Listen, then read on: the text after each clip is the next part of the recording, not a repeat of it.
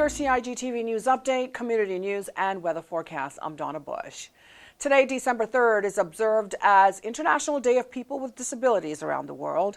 Sanctioned by the United Nations, the day is celebrated internationally on December 3rd every year, and the aim is to increase awareness of gains to be derived from inclusion of people with disabilities in every aspect of political, social, economical, and cultural life. Now, the day was observed here in the Cayman Islands by many people, including civil servants. It's a wonderful day to celebrate and to educate the general public about the fact that people with disabilities and people of all abilities are important participants in the national conversation for accessibility, inclusion, and participation in our future. Firstly, I'm the chairperson of the Older Persons Council, and secondly, I go a long way with the disabilities. First of all, I was a teacher of the deaf. Secondly, I was an education officer. Special education came under me. And thirdly, I have a disability. So it behoves me to be part of this. I am so happy that the government, over the years, from 1980, the government took a special interest and built schools and brought in teachers for the disabled. But what has not progressed so much was the employment of them. And I want to see more people with obvious disabilities be employed. We're very proud and honored to be a part of this particular theme. In terms of sports, for all, for peace and development, I think that's very, very critical. We're very passionate about sports, and we believe, just like what Nelson Mandela said, that it has the power to change the world and to inspire, to unite people in a way that little else does. It speaks to youth in a language they understand. It can bring hope where once there was only despair. So we also understand that this is absolutely true, no matter what your ability is. And so sports, I believe, plays a very critical role in the development of all persons, and especially our persons with disabilities. It is another platform for them to shine through, because I believe we can find something that every single one of them is good at. And so that really helps with confidence building, and so we're just very happy to be a part of it. We have the Lighthouse School and persons that work at the Sunrise Training Adult Center, and I think they do an amazing job working with our people that have disabilities. Also within the civil service, we employ persons that have disabilities, but I think we can all agree that all of us can do more to ensure that persons with disabilities can lead productive lives in our communities. Again, events are taking place around the world on this day to celebrate and stand up for persons with disabilities. 5, 4, 3, 2, 1.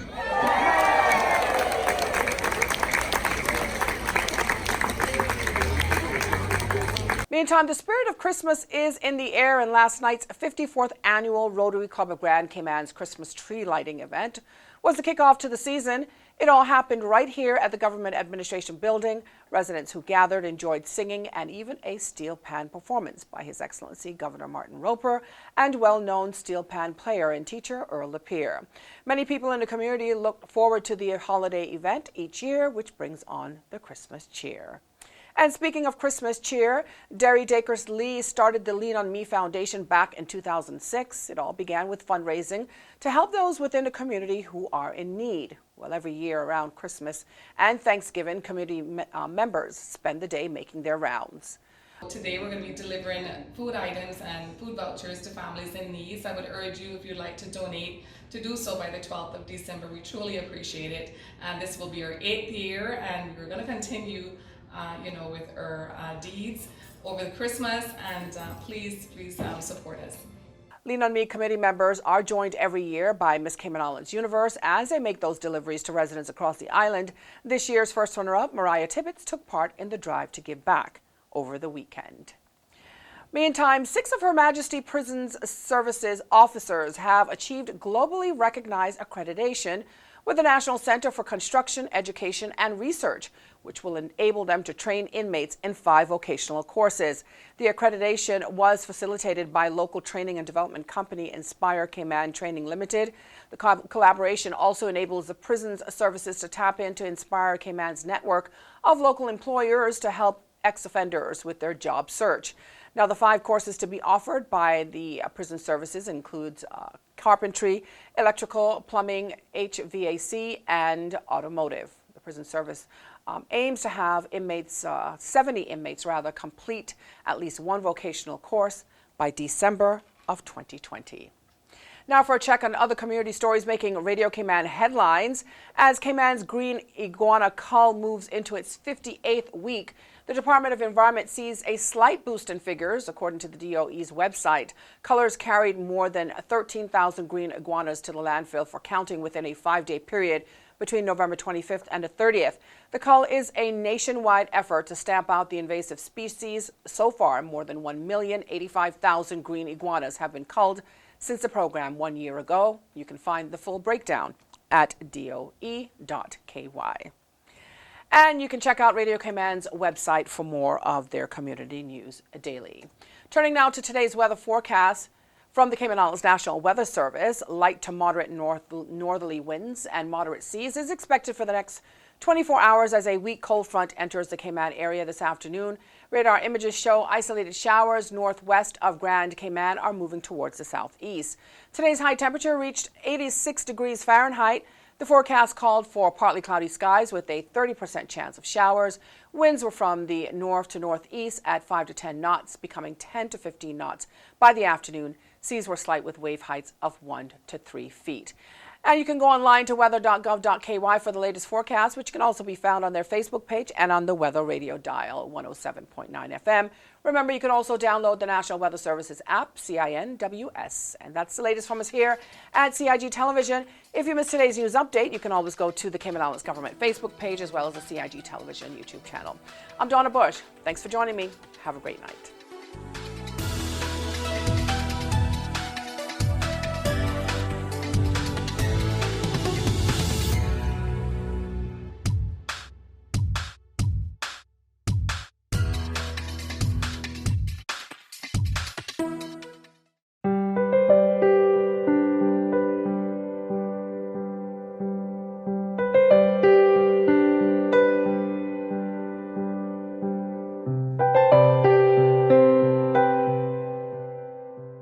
Boating, fishing, and water sports in the Cayman Islands are great, but keep a cool head.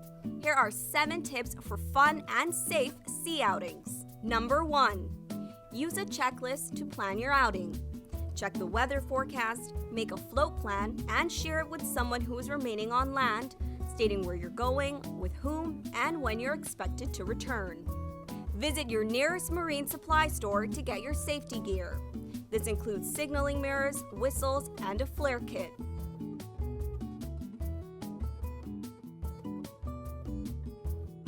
It's also very important to have on-board flotation devices and life vests for each person.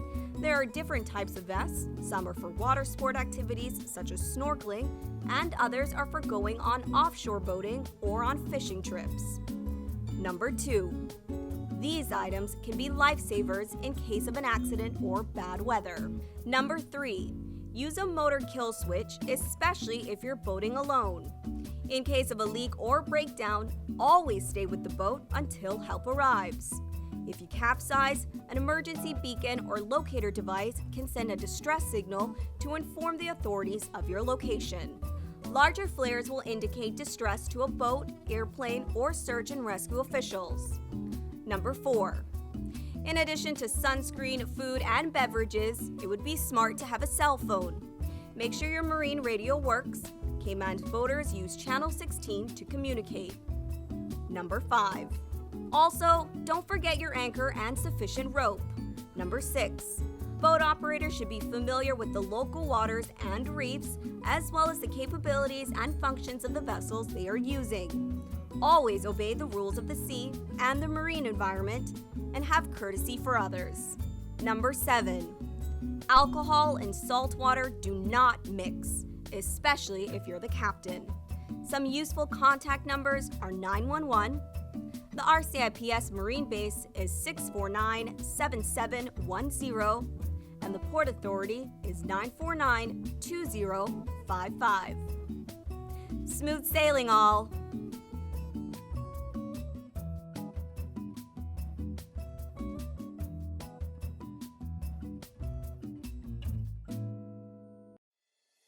The Esterly-Tibbetts Highway 3-lane roundabout is ready for drivers.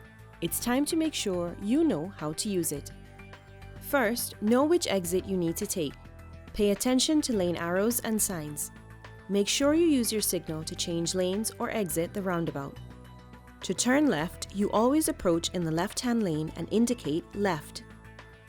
To drive straight ahead, you need to be looking out for signs and road markings indicating which lane to use. Get in one of the lanes marked with a straight-through arrow. If turning right, you must use the right-hand lane and indicate accordingly. To use the roundabout safely, remember these 3 tips.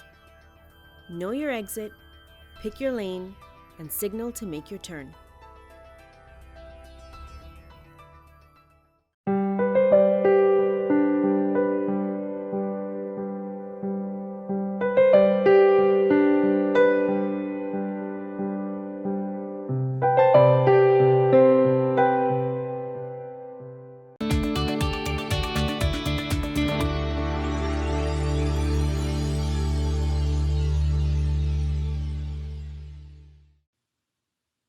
The Royal Cayman Islands Police Service has launched a new service to apply for a police clearance certificate online. To make this process quick and easy, ensure you have digital copies of all required documents readily available. At a minimum, you'll need a copy of your passport photo page. Our website lists the full requirements. If you are using an Apple iOS or Android mobile device, you can use the camera to take photos of these documents while completing your application. After you have read the instructions and are ready to start, type in the alphanumeric string from the CAPTCHA image and click the green button that says Start Application. If you can't read the letters and numbers properly, click Can't Read Image below the photo to try again. To complete your application, you will follow 5 simple steps. These are shown at the top of each page, and the blue circle will always show where you are right now. Enter the requested data in each field. All fields marked with an asterisk are required. Each field has some help information, and please pay attention to the correct format for dates and telephone numbers in particular. When selecting your birthday, you can also use the calendar feature. If a field has a drop-down list, you can scroll through alphabetically or start typing to find the correct option.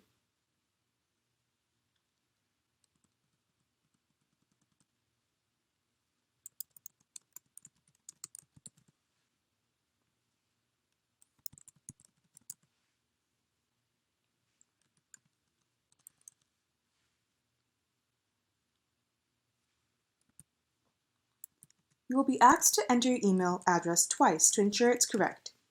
This is the address we will use to send you a confirmation email and receipt. Once you have entered all of the required information, click Next at the bottom of the screen. If you click the Cancel Application button at any stage in the process, you will lose everything you've entered so far and be returned to the home page.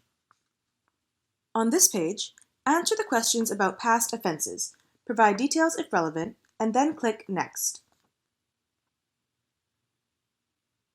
In this step, you will select the type of service being requested and details of the person applying, as well as anyone who might pick up the certificate on his or her behalf.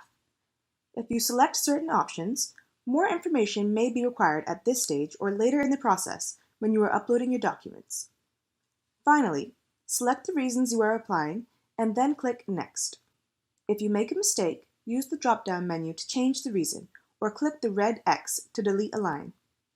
Remember, if you click the Cancel Application button at any stage in the process, you will lose everything you've entered so far and be returned to the home page. If you need to go back to a previous page to review or change data you already entered, you can use the Back button. You can also navigate through the process using the links at the top of the page.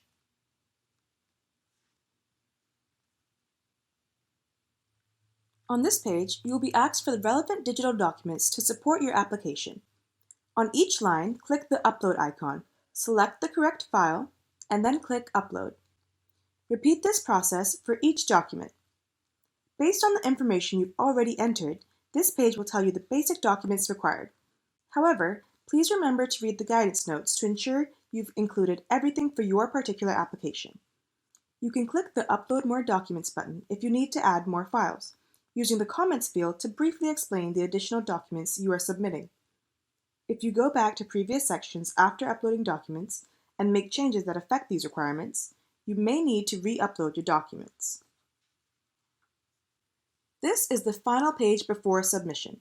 Please review all information provided to ensure it is accurate and complete.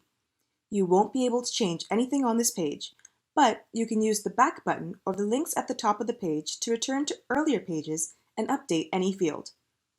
By submitting this application, you are declaring that the information provided is accurate and truthful. If you are satisfied with your application, click Proceed to Online Payment. You may need to allow pop-ups and then click the button again to show the payment screen where you will enter your debit or credit card information.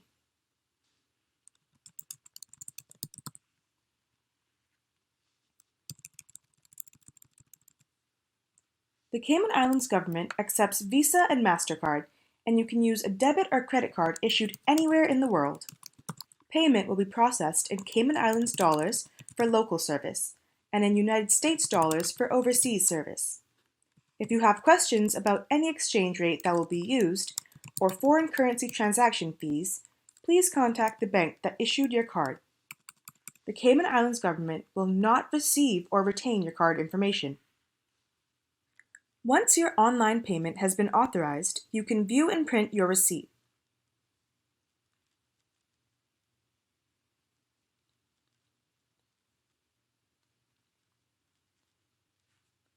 Click Continue to return to our webpage for details on pickup date and time. If there is an issue with your application and we have to contact you for more information, your application may be delayed. You will also receive a confirmation email with this information and your official receipt. Please remember to bring your passport for identification when you collect your certificate from the Criminal Records Office.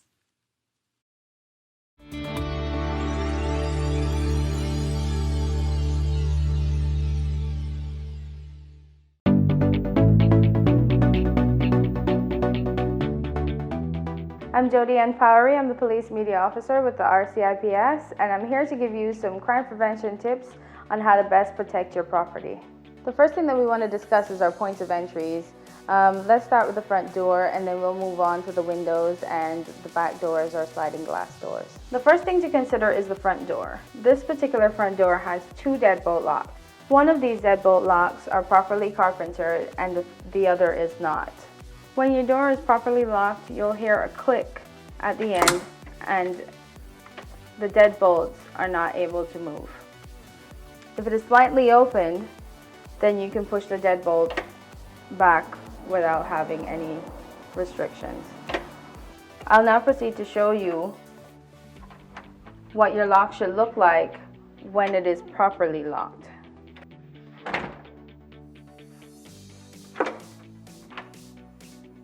When it comes to your windows, you want to make sure that your window is locked all the way down, because even though the lock is on, if it's not all the way down, it can still be pried. The proper way to lock the window is to make sure that the window goes all the way down to the seal and then you pull across the lock. When you have a sliding glass door at home, you want to make sure that you have secondary locking devices in addition to the lock that comes with the door. One of those can be a simple piece of wood that's jamming the doorway.